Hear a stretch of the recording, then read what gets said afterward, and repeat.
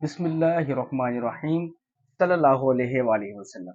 तो बच्चों आज हम एक्सरसाइज 3.1 करेंगे, उसका क्वेश्चन नंबर 6 करेंगे। तो क्वेश्चन नंबर 6 की तरफ चलते हैं।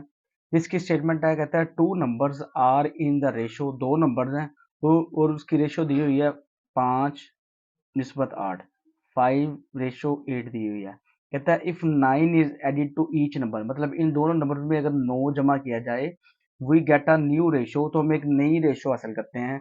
वो कौन सी है? 8:11। कहता है फाइंड द नंबर्स, तो नंबर्स को हमने फाइंड करना है। बहुत आसान क्वेश्चन है बेटा। सबसे पहले आपने यहाँ पे लिखना ratio of between two number, यानी कि दो नंबर्स के दरमियान निस्बत जो है वो क्या है? वो है 5:8, 5:8 दी है। आपने यहाँ पे लिख देना है ratio of between two numbers, यानी दो नंबर्स के दरमियान रेशियो कितनी है? 5:8। उसके बाद लिखना है नंबर्स टू बी एडिड, मतलब जो नंबर हमने इसमें ऐड करना है वो लिखना है। अब उसने बोला हुआ है क्वेश्चन में कि इफ 9 इज एडिड, तो कौन सा नंबर इसमें ऐड करना है? 9। हम यहाँ पे लिख देंगे।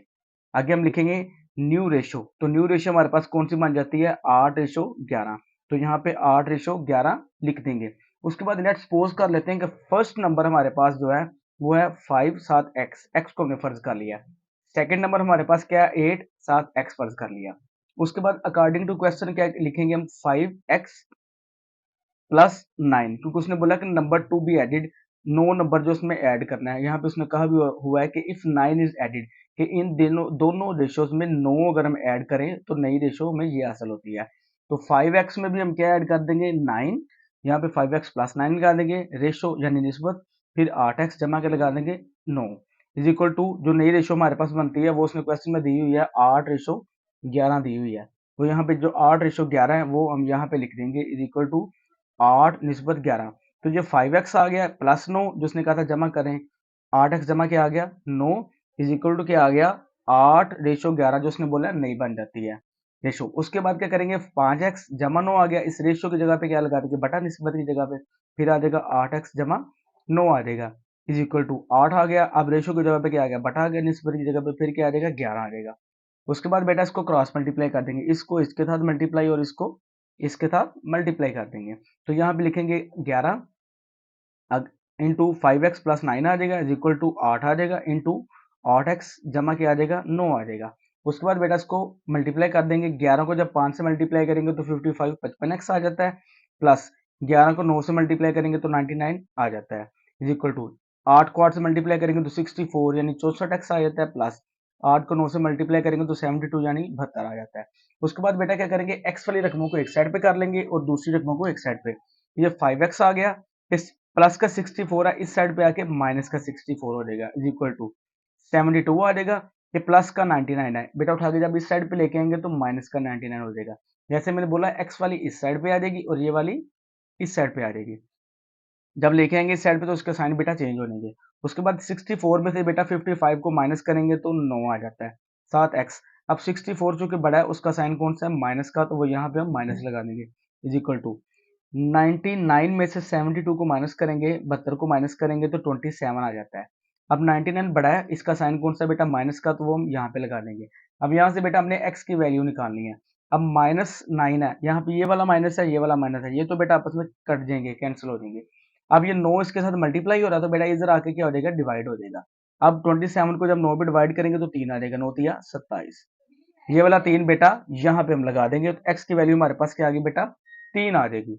उसके बाद बेटा क्या करेंगे? अब हमने फर्स्ट नंबर और सेकंड नंबर को फाइंड करना है। अब फर्स्ट नंबर हमने फर्ज किया था 5x, अब फर्स्ट नंबर क्या था? 5x था, सेकंड क्या था बेटा? 8x था। अब यहाँ पे हम सबसे पहले लिखेंगे फर्स्ट नंबर क्या है? 5x। तो यहाँ पे लिखेंगे first number is equal to क्या आ गया? 5x इज इक्वल टू 5 आ जाएगा। अब x की वैल्यू हमारे पास क्या थी बेटा? 3 थी, तो x की जगह पे हम क्या लगा देंगे? 3 लगा देंगे बेटा। 5 को जब 3 से मल्टीप्लाई करेंगे तो क्या आ जाएगा बेटा? 15 आ जाएगा। इसी तरह सेकंड नंबर जो हमारे पास था वो कौन सा था? वो हमारे पास था 8x। तो यहाँ पे हम लिखेंगे second number, second number is equal to क्या है? 8x, 8 आ गया, x यहाँ पे क्या आ गया बेटा? उसकी वैल्यू 3 आ गई बेटा। जब 8 को 3 से मल्टीप्लाई करेंगे तो 24 यानी 24 आ जाएगा। तो एक नंबर हमारे पास बेटा क्या आ गया? 15 15 आ गया, और दूसरा नंबर हमारे पास 24 यानी 24 आ जाएगा। उम्मीद है बेटा आपको इस क्वेश्चन की समझ आ गई होगी। सल्लल्लाहु अलैहि वसल्लम, सल्लल्लाहु अलैहि वसल्लम। उसके बाद बेटा क्वेश्चन नंबर 7 है हमारा, वो भी क्वेश्चन नंबर 6 की तरह ही है।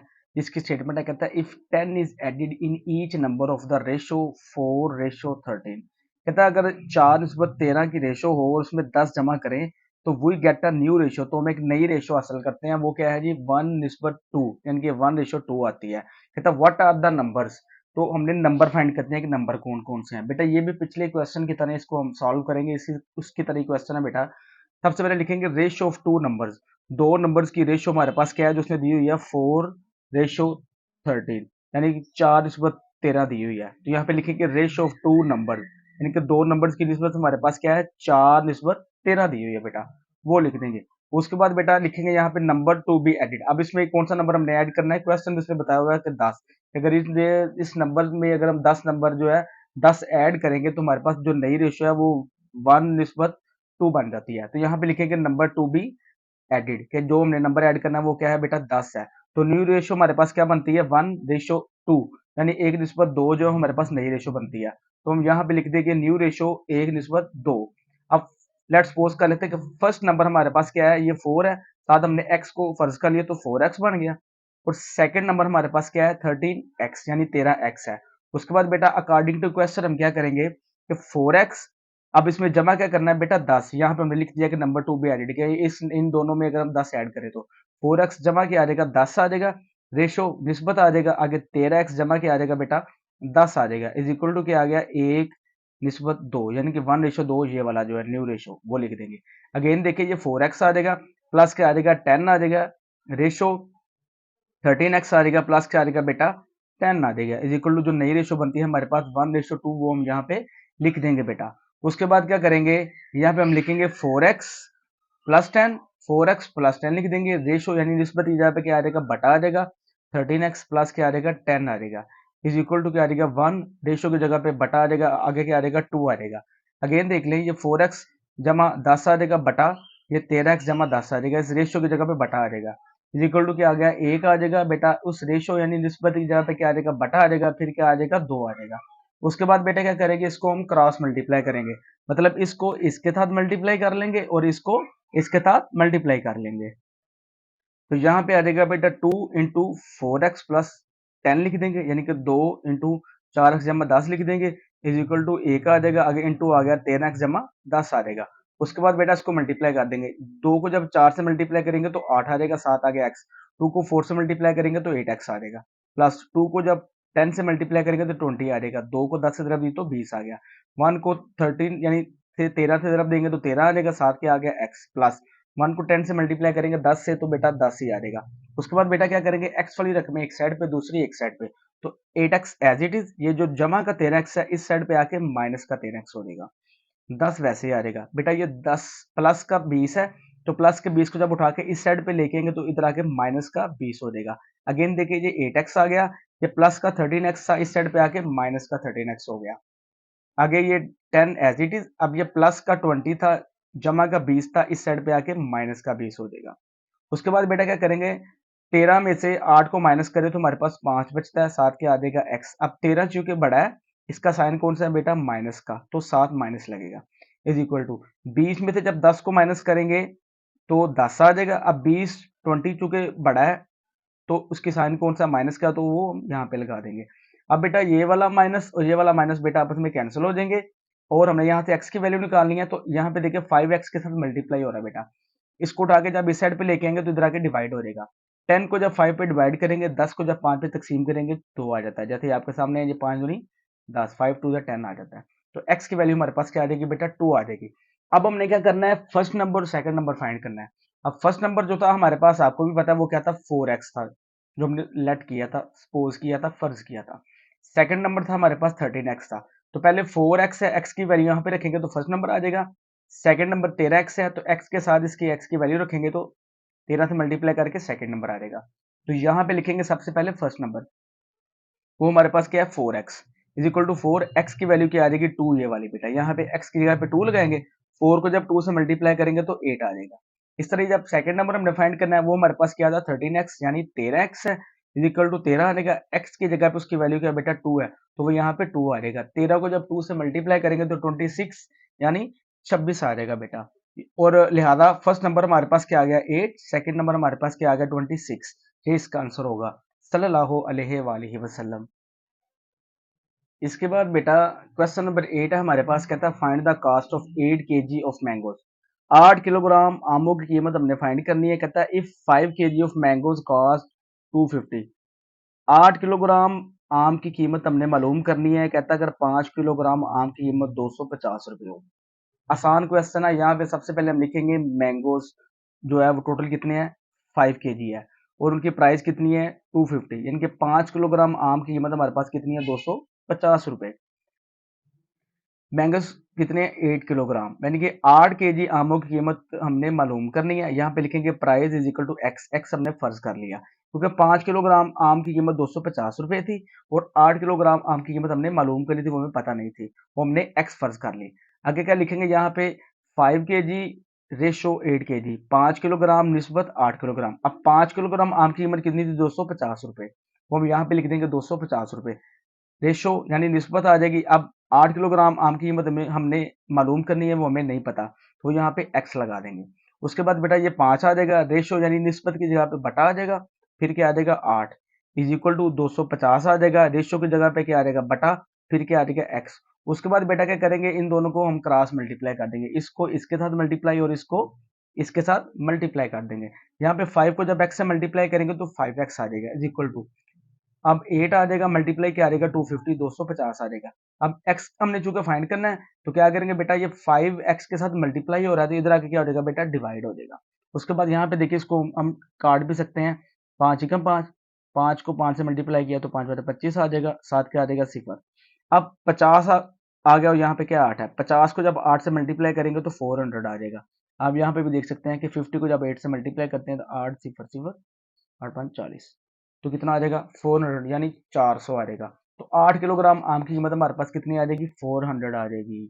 उम्मीद है बेटा आपको इस क्वेश्चन की समझ आ गई होगी। सल्लल्लाहु अलैहि वसल्लम। इसके बाद बेटा नेक्स्ट क्वेश्चन, क्वेश्चन नंबर 9 की तरफ चलते हैं। सल्लल्लाहु अलैहि वसल्लम। तो बेटा नेक्स्ट क्वेश्चन है क्वेश्चन नंबर 9 है। कहता है if a ratio b is equal to 7 ratio 6। कहता है अगर ए निस्बत बी बराबर हो 7 निस्बत 6 के, find the value of 3a plus 5b ratio 7b minus 5a। तो वैल्यू हमने फाइंड करनी है, कीमत फाइंड करनी है किसकी, 3a जमा 5b निस्बत 7b माइनस 5a की।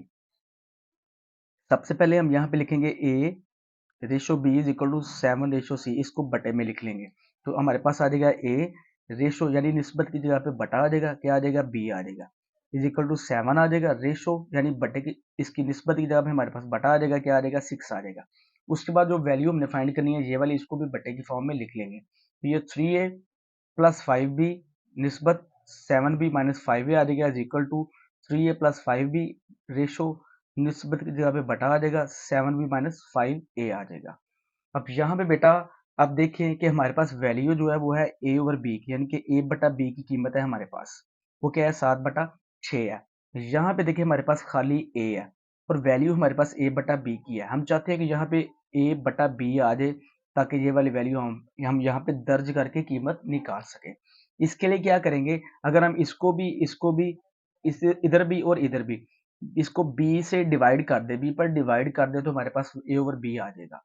तो यहाँ पे हम स्टेटमेंट लिखेंगे dividing nominator and denominator by b. Nominator और डिनोमिनेटर को बेटा उर्दू में शुमार कुनिंदा और मुखरज कहते हैं। जो रकम बटे से ऊपर होगी उसको शुमार कुनिंदा बोलेंगे, जो नीचे होगी उसको मुखरज बोलेंगे बेटा।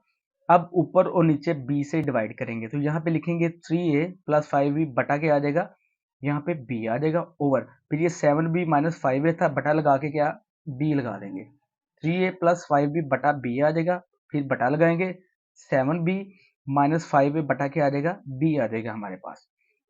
अब ये देखें ये बटा b जो है ये इसका भी है और इसका भी है, ये वाला भी b जो ओवर है बटा है इसका भी बटा हुआ है इसका भी, इसको क्या करेंगे बेटा हम अलग अलग कर लेंगे, यानी कि यहाँ पे देखिए 3a बटा b अलग हो जाएगा प्लस 5b बटा b अलग हो जाएगा ओवर, उसके बाद बेटा ये 7b बटा b अलग हो जाएगा माइनस 5a बटा b अलग हो जाएगा। यहाँ पे आप देखें b और b बेटा सेम है तो आपस में ये कट जाएंगे, ये वाला b और ये b सेम है आपस में कट जाएंगे, हमारे पास बच गया 3a बटा b प्लस 5 बटा 7 माइनस 5a बटा b बच गया। अब देखें हमारे पास जो वैल्यू थी वो भी क्या थी a बटा b की, और वो क्या आती 7/6, यानी कि ए ओवर बी की वैल्यू हमारे पास क्या थी 7/6। तो यहाँ पे हमारे पास भी आ गया 3 इंटू ए ओवर बी आ गया, यानी कि 3 आगे ए बटा बी आ गया। अब ए बटा बी की जगह पे उसकी वैल्यू 7/6 लगा देंगे जो हमारे पास है, प्लस क्या आ जाएगा 5/7 आ जाएगा, माइनस 5 आ जाएगा। अब ए बटा बी की जगह पे वही उसकी वैल्यू 7/6 आ जाएगा बेटा। उसके बाद इसको मजीद आगे हम हल करते हैं। इधर देखिए बेटा, नेक्स्ट 3 है इंटू 7/6 है, प्लस क्या है 5/7 माइनस 5 इंटू 7/6 है। इसको हल कैसे करना है बेटा, 3 को जब 7 से मल्टीप्लाई करेंगे तो 21 आ जाएगा, बटा क्या आ जाएगा 6, प्लस आ जाएगा 5 ओवर क्या आ गया 1, क्योंकि जिसका बटा ना हो तो उसका बटा क्या होता है 1 होता है। अगेन देखिए 3 को जब 7 से मल्टीप्लाई करेंगे तो 21 आ जाएगा, बटा क्या आ जाएगा 6, जमा क्या आ गया बेटा 5 आ जाएगा। इसका बटा को नहीं तो बटा क्या आ जाएगा 1। फिर ये बटा लगाएंगे ये वाला ओवर, फिर आ गया 7 माइनस 5 को जब 7 से मल्टीप्लाई करेंगे तो हमारे पास क्या आ जाएगा 35 35 आ जाएगा, बटा क्या आ जाएगा बेटा 6 आ जाएगा हमारे पास। उसके बाद यहाँ पे देखिए बेटा 6 और 1 का एलसीएम लेंगे, फिर उसके बाद ये इसका भी एलसीएम लेंगे। पहले ऊपर वाले पोर्शन को हम हल करते हैं। तो क्या करेंगे बेटा, जब 6 और 1 का एलसीएम लेंगे वो 6 ही आ जाएगा हमारे पास। फिर 6 को जब 6 पे डिवाइड करेंगे, यहाँ पे मैंने किया भी हुआ है, ये देखें। अगेन भी मैं आपको बता सकता हूँ, जब 6 को 6 पे तकसीम करेंगे तो 1 आ जाता है। 1 को जब 21 से ज़रब देंगे तो 21 ही आ जाएगा, प्लस इस तरह ही 1 को जब 6 पे डिवाइड करेंगे, यहाँ पे आप देख सकते हैं, अगेन आपको बता दूं 1 डिवाइडेड बाय 6 तो 6 ही आ जाता है। 1 6 का 6, 6 आ जाएगा। 6 को हम इस 5 से ज़रब दे देंगे तो हमारे पास क्या आ जाएगा 30 आ जाएगा। उसके बाद बेटा बटा आ जाएगा। अब इसको हम सॉल्व करेंगे तो 6 और 1 के एलसीएम लेंगे तो बेटा वो 6 ही आ जाएगा। 1 को जब 6 पे डिवाइड किया तो 6 आ गया। 6 को जब 7 से ज़रब दी तो क्या आ गया 42, यानी 42 आ गया, माइनस 6 को 6 पे तकसीम करेंगे तो 1 आ जाएगा। 1 को 35 से ज़रब देंगे तो 35 यानी 35 आ जाएगा। उसके बाद बेटा ये वाला 6 और ये वाला 6 आपस में कट जाएंगे बेटा, कैंसिल हो जाएंगे। ये वाला 6 और ये वाला 6 आपस में बेटा क्या हो जाएंगे, कैंसिल, कटिंग हो जाएंगे बेटा। उसके बाद 30 में 21 जमा करेंगे तो 51 आ जाता है, और 42 में 35 को हम माइनस करेंगे तो क्या आ जाएगा 7 आ जाएगा। तो 3a plus B ratio 7b minus 5a की वैल्यू हमारे पास 51/7 आ गया। इसको भी आप निस्बत यानी रेशो के फॉर्म में लिख सकते हैं। यहाँ पे लिखेंगे 51/7 बेटा, ये इसका आंसर होगा। सल्लल्लाहु अलैहि वसल्लम।